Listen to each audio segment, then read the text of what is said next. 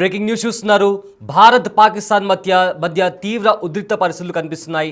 అయితే పహల్గామ్లో జరిగిన ఉగ్రవాది దాడికి ప్రతీకారం తీర్చుకోవాలని కూడా దేశవ్యాప్తంగా డిమాండ్ వినిపిస్తున్నాయి. ఇదే నేపథ్యంలో అటు భారత ప్రభుత్వం ఇటు భారత సైన్యం కూడా ఆచితూచి అడుగులేస్తుంది. ఇప్పటికే ఈ విషయంలో కేంద్రంలోని నరేంద్ర మోదీ ప్రభుత్వం కొన్ని కీలకమైన అంశాలకు సంబంధించిన నిర్ణయం తీసుకుంది. అయితే మరోవైపు భారత త్రివిధ దళాలు కూడా ఎలాంటి పరిస్థితులైనా ఎదుర్కోవడానికి సిద్ధంగా ఉన్నామని కూడా ప్రకటించాయి. ఈ నేపథ్యంలో ఎప్పుడు ఏం జరుగుతుందోననే ఉత్కంఠ నెలకొంది. ఇలాంటి పరిస్థితుల్లో ఢిల్లీలో కొన్ని కీలక చర్చలు భేటీలు జరగడం కూడా ప్రాధాన్యత సంతరించుకుంది. ఒకవేళ పాక్ కవ్వింపుల చర్యలకు ఎలాంటి సమాధానం ఇవ్వాలనే దానిపై కూడా కీలక నిర్ణయాలు తీసుకుంటుంది ప్రభుత్వం. అదేవిధంగా తాజాగా రక్షణ మంత్రి రాజ్నాథ్ సింగ్తో కూడా చీఫ్ ఆఫ్ డిఫెన్స్ స్టాఫ్ త్రివేద దళాధిపతి జనరల్ అనిల్ చౌహాన్ కూడా భేటీ కావడం తీవ్ర చర్చానీయాంశంగా మారింది. పహల్గామ్లో జరిగిన ఉగ్రదాడి తర్వాత ప్రస్తుతం భారత దళాలు తీసుకుంటున్న చర్యలు, సరిహద్దుల్లో ఇప్పటి పరిస్థితుల గురించి వీరిద్దరు చర్చించినట్టు తెలుస్తోంది. ఇక BSF director general Diljit Singh Chaudhary కూడా నార్త్ బ్లాక్కు చేరుకోవడం, మరిన్ని భేటీలు జరగనున్నాయి. సిమ్లా ఒప్పందాన్ని రద్దు చేసుకున్నట్లు ఇప్పటికే దాయిదీ దేశం తెలిపింది. అయితే సరిహద్దుల్లో పాక్ సైన్యం కవ్వింపు చర్యలను పాల్పడుతున్న వేళ ఢిల్లీలో జరుగుతున్న వరుస భేటీలు జరగడం ఇప్పుడు తీవ్ర ప్రాధాన్యం సంతరించుకుంది. అయితే పహల్గామ్లో దాడి జరిగిన తర్వాత చాలా చర్చలు జరుగుతున్నాయి. ఎప్పుడు ఏం జరుగుతుందో అనే ఉత్కంఠ నెలకొన్న నేపథ్యంలో ఇలా ప్రతి ఒక్క high level commanding officer defence మినిస్టర్ని కలవడం, ఒకవేళ ఒక్క పర్మిషన్ ఇస్తే ఏ క్షణంలోనైనా దాడి జరగవచ్చు అనే వార్త వినిపిస్తుంది. అయితే ప్రజెంట్ దీనికి సంబంధించిన మరింత సమాచారం అందించడానికి మా ప్రతినిధి శివ లైవ్లో అందుబాటులో ఉన్నారు. రైట్ శివ, పహల్గామ్లో దాడి జరిగిన తర్వాత పాక్ పైన భారతదేశం దాడి చేస్తుంది అని ఒక చర్చ మొదలైంది. ఈ నేపథ్యంలో డిఫెన్స్ మినిస్టర్ని చాలామంది హై లెవెల్ ఆఫీసర్స్ కలుస్తున్నారు. సో ఏంటి మొత్తం మీద ఏం జరుగుతుంది, అక్కడ ఉన్న పరిస్థితులు ఏంటి? రైట్ సయ్యద్, పెహల్గామ్లోని బైసరన్ వ్యాలీలో కాల్పుల ఘటన జరిగిన తర్వాత ఢిల్లీ వేదికగా కీలక పరిణామాలు చోటు చేసుకుంటున్నాయి. దానిలో భాగంగానే నిన్న కేంద్ర రక్షణ శాఖ మంత్రి సిడిఎఫ్ స్టాఫ్ జనరల్ చౌహాన్ భేటీ అయ్యారు, అనిల్ చౌహాన్ భేటీ అయ్యారు. అంటే సెంట్రల్ డిఫెన్స్ స్టాఫ్ సంబంధించిన కీలక అధికారి భేటీ అయ్యారు.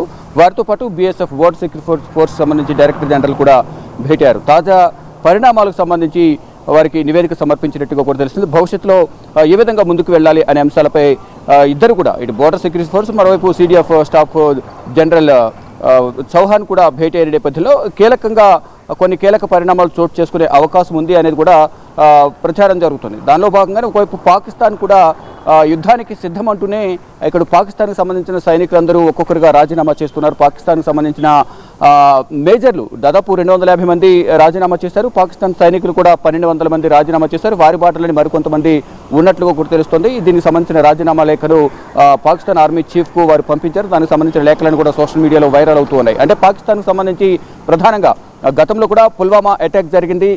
పాకిస్తాన్కి సంబంధించిన ఉగ్రవాదులు పుల్వామా అటాక్ చేశారు. 2019లో ఈ అటాక్ జరిగింది. పుల్వామా మెయిన్ రోడ్ పైనే సైనిక విధుల్లో భాగంగా వ్యాన్లో వెళ్తున్న సైనికులపై దాడి జరిగింది. దానిలో దాదాపు 40 మంది వరకు కూడా చనిపోయారు. ఆ ఘటన తర్వాత ఈ ఏదైతే పెహల్గామ్ ఘటన అవుతుందో అదే తీవ్రతతో ఈ ఘటన కూడా జరిగింది. దీంట్లో దాదాపు 26 మంది చనిపోయారనేది కూడా ప్రధానంగా చెప్తూ ఉన్నారు. దీనికి ప్రతీకారంగా దాడులు ఉండబోతున్నాయనేది కూడా భారత ప్రభుత్వం చెబుతుంది. ప్రధాని నరేంద్ర మోడీ కూడా అదేవిధంగా కీలక వ్యాఖ్యలు చేశారు.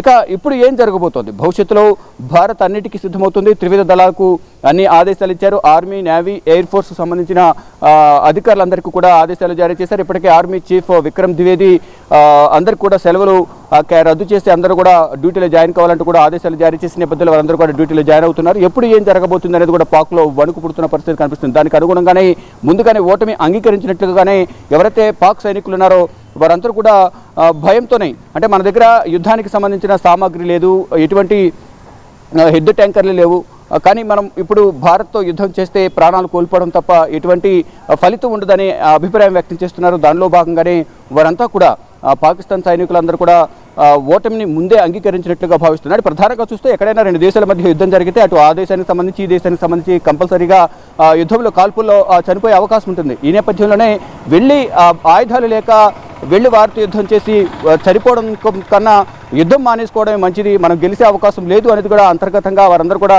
చర్చించుకుంటున్నారు. కానీ పైకి మాత్రం పాకిస్తాన్ ఆర్మీ అలాగే మంత్రులు కానీ ఆర్మీ చీఫ్ కానీ పైకి మేకపోతు గాంభీర్యం ప్రదర్శిస్తూ ప్రగల్భాలు పలుకుతున్నారు తప్ప వారి దగ్గర మా దగ్గర 130 అనుభవములు ఉన్నాయి, అంతా ఎంత సామాగ్రి అంతా యుద్ధ సామాగ్రి అంతా మా దగ్గర ఉంది, మిమ్మల్ని పేల్చేస్తాము తుడిచిపెట్టేస్తామంటూ వాళ్ళు చెప్తున్నప్పటికీ కూడా ఇండైరెక్ట్గా వారిలో అంతర్గతంగా చర్చలు కొనసాగుతూ ఉన్నాయి. అంటే భారత్తో యుద్ధం చేసి గెలిచే అంతా యుద్ధ సామాగ్రి మన దగ్గర ఉందా, లేదు, కాబట్టి యుద్ధానికి వెళ్ళడం కన్నా విరమించుకోవడం మంచిది, మేమైతే యుద్ధం చేయలేమంటూ కూడా వారు పాకిస్తాన్కి సంబంధించిన సైన్యం అంతా కూడా రాజీనామా బాట పట్టారు. వారి బాటలోని మరికొంతమంది కూడా ఉన్నట్లు కూడా తెలుస్తోంది. ఇక భారత విషయానికి వస్తే మొత్తం అస్త్రశస్త్రాలను సిద్ధం చేసుకుని భారత ప్రభుత్వం సిద్ధంగా ఉంది. ఆర్మీ బలగాలు జమ్మూ కాశ్మీర్, అనంతనాగ్, పుల్వామా, కుల్గాం, మరోవైపు పెహల్గాం పరిసర ప్రాంతాల్లో అంతా కూడా భద్రతను కట్టుదిట్టం చేశారు. ప్రజెంట్ మనం శ్రీనగర్లోని లాల్ చౌక్ ఉన్నాం. దీన్ని మనం వెనుక కనిపిస్తున్న గడియార స్తంభాన్ని ఘంటాఘర్ అంటారు. ఇక్కడ గత కొన్ని రోజులకు కూడా నిర్మానుష్యం కనిపిస్తుంది. కానీ నిన్నటి నుంచి సండే మార్కెట్ కావడంతో జనం బయటకు వచ్చి మేము ఎవరికి భయపడము, ఇక్కడ ఉన్న సిచ్యువేషన్ అంతా నార్మల్గా ఉంది, పర్యాటకులు కూడా ఎవరు కూడా భయపడవద్దు, కాశ్మీర్ ప్రజలు చాలా మంచివారు, ఎవరో ఏదో ఉగ్రవాదులు కాల్పులు చేస్తే దాని ప్రభావం మా మీద పడుతుంది, మేము టూరిజం మీద ఆధారపడి బతుకుతున్నాం కాబట్టి టూరిస్టులు రావచ్చు, ఇక్కడ ఎటువంటి ఇబ్బంది లేదు, మేము మిమ్మల్ని చూసుకుంటాం, మీ ప్రాణానికి మా ప్రాణం అడ్డుపెట్టి మిమ్మల్ని ఇక్కడ అంతా కూడా చూపిస్తామంటూ వారు చెప్తున్నప్పటికీ కూడా గతంలో ఏదైతే కాల్పులు జరగకముందు ఎవరైతే వచ్చి పర్యాటకులు వచ్చారో ప్లాన్ చేసుకుని వారు మాత్రమే ప్రజెంట్ ఇక్కడ ఉన్నారు. కొత్తగా ఎవరు కూడా రాని పరిస్థితి కనిపిస్తుంది. దానివల్ల పర్యాటక రంగం అంతా కూడా ఇక్కడ కుట్టుపడింది. వీరికి ఆర్థికంగా కూడా నష్టం వాటిల్లుతున్న పరిస్థితి కనిపిస్తోంది. వీళ్ళు ప్రధానంగా చెప్పేది ఒకటే, మేము బతికేదే పర్యాటకం టూరిస్టుల మీద. ఇప్పుడు ఆ టూరిస్టులే రాకపోతే మా భవిష్యత్తు అనేది, మన జీవితం అనేది ప్రశ్నార్థకంగా మారుతుంది. కాబట్టి మీరు రావాలి, మీరు రావడం ద్వారా మాకు జీవనాధారం అనేది కూడా వారందరూ చెప్తూ ఉన్నారు. పర్యాటకులు రావచ్చు, ఎటువంటి ఇబ్బంది లేదు అనేది కూడా వారు చెప్తున్నారు. ఇక సాధారణంగా చూసుకుంటే గత 2 రోజుల నుంచి కూడా ఇటు లాల్ చౌక్లో సాధారణంగా రాకపోకలు అయితే కొనసాగుతున్నాయి. పర్యాటకులు కూడా గతంలో వచ్చిన పర్యాటకులే పరిసర ప్రాంతాల్లో జమ్మూ కాశ్మీర్ కానీ శ్రీనగర్ ఇట్లా ఈ ప్రాంతాల్లో తిరుగుతున్నారు. ఎవరైతే కొత్తగా బుక్ చేసుకుని క్యాన్సిల్ చేసుకున్నారు అటువంటి వారు రావచ్చు అనేది కూడా వీరైతే ఆహ్వానం పలుకుతున్నారు శ్రీనగర్ ప్రజలు. కానీ ఇక్కడ బోర్డర్లో చూసుకుంటే కనుక ఎదురు కాల్పులు అనేవి కవిపి చర్యలని పాకిస్తాన్ చేస్తోంది. దానికి సంబంధించి భారత్ సైన్యం కూడా ధీటుగా సమాధానం చెప్తుంది. కానీ ఏ సమయంలోనైనా యుద్ధం రావచ్చు అనేది కూడా ప్రధానంగా భావిస్తున్నారు. దానిలో భాగంగానే ఢిల్లీ వేదికగా కీలక పరిణామాలు చోటు చేసుకుంటున్నాయి. సయ్యద్, ఆన్ గ్రౌండ్ రిపోర్టింగ్ చేస్తున్నారు, ఢిల్లీలో కూడా ఉన్నారు, జమ్మూ కాశ్మీర్లో ఉన్న పహల్గామ్ దగ్గర కూడా మీరు అక్కడ ఆన్ గ్రౌండ్ రియాలిటీ గురించి మీరు చూశారు. అయితే ఏంటి మిలిటరీకి సంబంధించి అక్కడ వాతావరణం ఎలా ఉంది అండ్ సెక్యూరిటీ ఫోర్సెస్ ఏ విధంగా సిద్ధమవుతున్నారు?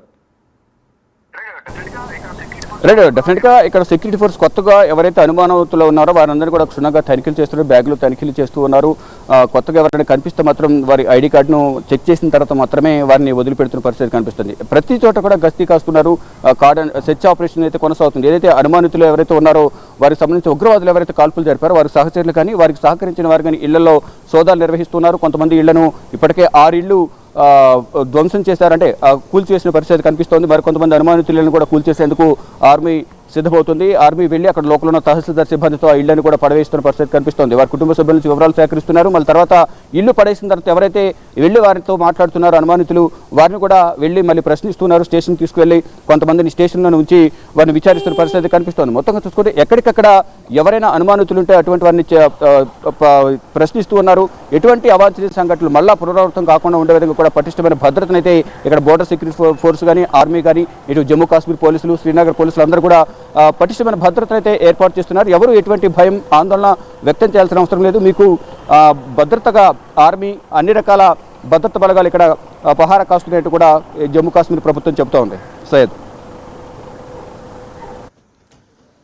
పహల్గామ్ ఉగ్రదాడి అనంతరం పాకిస్తాన్తో ఇప్పటికే దౌత్య సంబంధాలపై కేంద్ర ప్రభుత్వం కీలక నిర్ణయాలు తీసుకుంది. ఈ చర్యలను జీర్ణించుకోలేని పాక్ నేతలు భారత్పై తమ అక్కసును వెళ్లగక్కుతున్నారు. ఇక కాల్పుల విరమణ ఒప్పందాన్ని ఉల్లంఘిస్తున్న పాక్ సైనికులు నియంత్రణ లేఖ వెంబడి కూడా దాడులు చేస్తూనే అయితే పాక్ దాడులను కూడా భారత సైన్యం సమర్థవంతంగా తిప్పికొడుతోంది. సరిహద్దుల్లో ప్రస్తుతం నెలకొన్న ఉద్రిక్త పరిస్థితుల నేపథ్యంలో పారామిలిటరీ సైన్యానికి ఇచ్చిన సెలవులు కూడా రద్దు చేసింది ప్రభుత్వం. సెలవుల్లో వెళ్లిన వారు వెంటనే తిరిగి వచ్చి జాయిన్ అవ్వాలని కూడా ఆదేశాలు ఇచ్చారు. మరోవైపు జమ్మూ కాశ్మీర్లోనూ భారీగా సైన్యాన్ని మోహరించింది భారత ప్రభుత్వం. ఎలాంటి దాడులనైనా తిప్పికొట్టేందుకు ఇండియన్ ఆర్మీ సర్వంగా సిద్ధంగా ఉందని చెప్పి కూడా ఇప్పటికే పలు పోస్టులను కూడా అఫీషియల్ ఇండియన్ ఆర్మీ పేజెస్లో కూడా మనం చూసాం. అయితే పహల్గామ్లో దాడి తర్వాత ఇండియన్ ఆర్మీ అలానే ఇండియన్ గవర్నమెంట్ ఈ ఉగ్రవాద చర్యను చాలా సీరియస్గా తీసుకుంది. ఎక్కడ దాక్కొని ఉన్నా, ప్రపంచంలో ఏ మూల ఉన్నా కూడా ఖచ్చితంగా వెతికి మరీ శిక్షిస్తామని కూడా ఇప్పటికే భారత ప్రభుత్వం చాలా సీరియస్గా వార్నింగ్ ఇచ్చింది. ఇదే నేపథ్యంలో గత 3 రోజుల నుంచి జమ్మూ కాశ్మీర్లోని చాలా కొండ ప్రాంతాల్లో కావచ్చు, అడవిలో కావచ్చు, లేదా మారుమూల గ్రామాల్లో కావచ్చు జల్లెడ పట్టి మరి సర్చ్ ఆపరేషన్ కుంబింగ్ చేసినటువంటి పరిస్థితి కనిపించింది. సో ఈ ప్రాసెస్లో ఒక క్రాస్ ఫైరింగ్ జరిగిన నేపథ్యంలో ఒక ఎన్కౌంటర్ కూడా జరిగింది. ఆ ఎన్కౌంటర్లో లష్కరే తోయబాకి సంబంధించిన ఒక కమాండర్ని కూడా ఇండియన్ ఆర్మీ వాళ్ళు హతమార్చారు. ఇదే నేపథ్యంలో కొంతమంది ఎవరైతే ఉగ్రవాదులు ఉన్నారో వాళ్ళ హైడౌట్స్ని కూడా గుర్తించారు. వాళ్ళ డిజిటల్ ఫుట్ ప్రింట్స్ ద్వారా కావచ్చు, లేదా వాళ్ళ హైడౌట్స్ని గుర్తించి ఏవైతే వాళ్ళ స్థావరాలు జమ్మూ కాశ్మీర్లో వాళ్ళ ఇల్లులు ఉన్నాయో అవి కనిపెట్టి కూడా వాటిని ధ్వంసం చేసిన పరిస్థితి కూడా కనిపించింది. అయితే పాకిస్తాన్ ఎప్పుడైతే ఈ POK అనే ఒక అంశం వచ్చిందో, పాకిస్తాన్ ఆక్రమిత కాశ్మీర్ని కూడా తిరిగి భారతదేశం కైవసం చేసుకోబోతుంది అనే ఒక చర్చ బయటకు వచ్చిన నేపథ్యంలో పాకిస్తాన్లో మరింత భయం పెరిగింది. దీంతో వాళ్ళు యుద్ధ ట్యాంకర్లను కూడా సరిహద్దుల వైపు మోహరించారు. బట్ ఏది ఏమైనప్పటికీ అంతగా ఫుల్లీ ఎక్విప్డ్ వెపన్స్ వాళ్ళ దగ్గర లేని పక్షాన చాలామంది పాకిస్తాన్కి సంబంధించిన ఆర్మీ మేజర్లు కావచ్చు, కొంతమంది సైనికులు కావచ్చు, చాలామంది రిజైన్ చేశారు. ఎందుకంటే మన దగ్గర భారత్తో పోరాడేంత శక్తి లేని నేపథ్యంలో మనం యుద్ధానికి ఎలా వెళ్ళగలము అనే ఒక క్వశ్చన్ మార్క్తో చాలామంది కూడా ఆర్మీకి సంబంధించిన మేజర్స్ కావచ్చు, పాకిస్తాన్లో సైన్యంలో ఉన్న చాలామంది సైనికులు కావచ్చు రిజైన్ చేసినటువంటి పరిస్థితి కనిపించింది. బట్ ఇప్పటికే భారతదేశం చాలా కీలక నిర్ణయాలు తీసుకుంది. సింధీ జలాల ఒప్పందం కావచ్చు, లేదా వాఘా బార్డర్ క్లోజ్ చేసే విషయం కావచ్చు, ఇక్కడ పాకిస్తాన్ కమిషన్కి విషయానికి సంబంధించి కావచ్చు, ఈ 48 గంటల్లో పాకిస్తాన్ హై కమిషన్తో పాటు ఎవరైతే పాకిస్తాన్ వాళ్ళు వీసా తీసుకొని ఇండియాలో ఉన్నారో వాళ్ళ వీసాని కూడా క్యాన్సిల్ చేస్తున్నాము, ఇమీడియట్గా ప్యాకప్ చేసుకొని ఇండియా వదిలిపెట్టి వెళ్ళకపోతే కఠిన చర్యలు తీసుకుంటామని కూడా ఇప్పటికే ఇండియన్ గవర్నమెంట్ చాలా సీరియస్గా వార్నింగ్ ఇచ్చింది. అయితే రాజ్నాథ్ సింగ్తో కూడా చాలామంది హై లెవెల్ ఆఫీసర్స్ కూడా రాజ్నాథ్ సింగ్తో, డిఫెన్స్ మినిస్టర్ అయిన రాజ్నాథ్ సింగ్తో కలుస్తున్నారు. సో ఈ నేపథ్యంలో వన్స్ ఇండియన్ గవర్నమెంట్ పర్మిషన్ ఇస్తే అటాక్ చేయడానికి ఇండియన్ ఆర్మీ రెడీగా ఉన్నట్లు కూడా తెలుస్తోంది.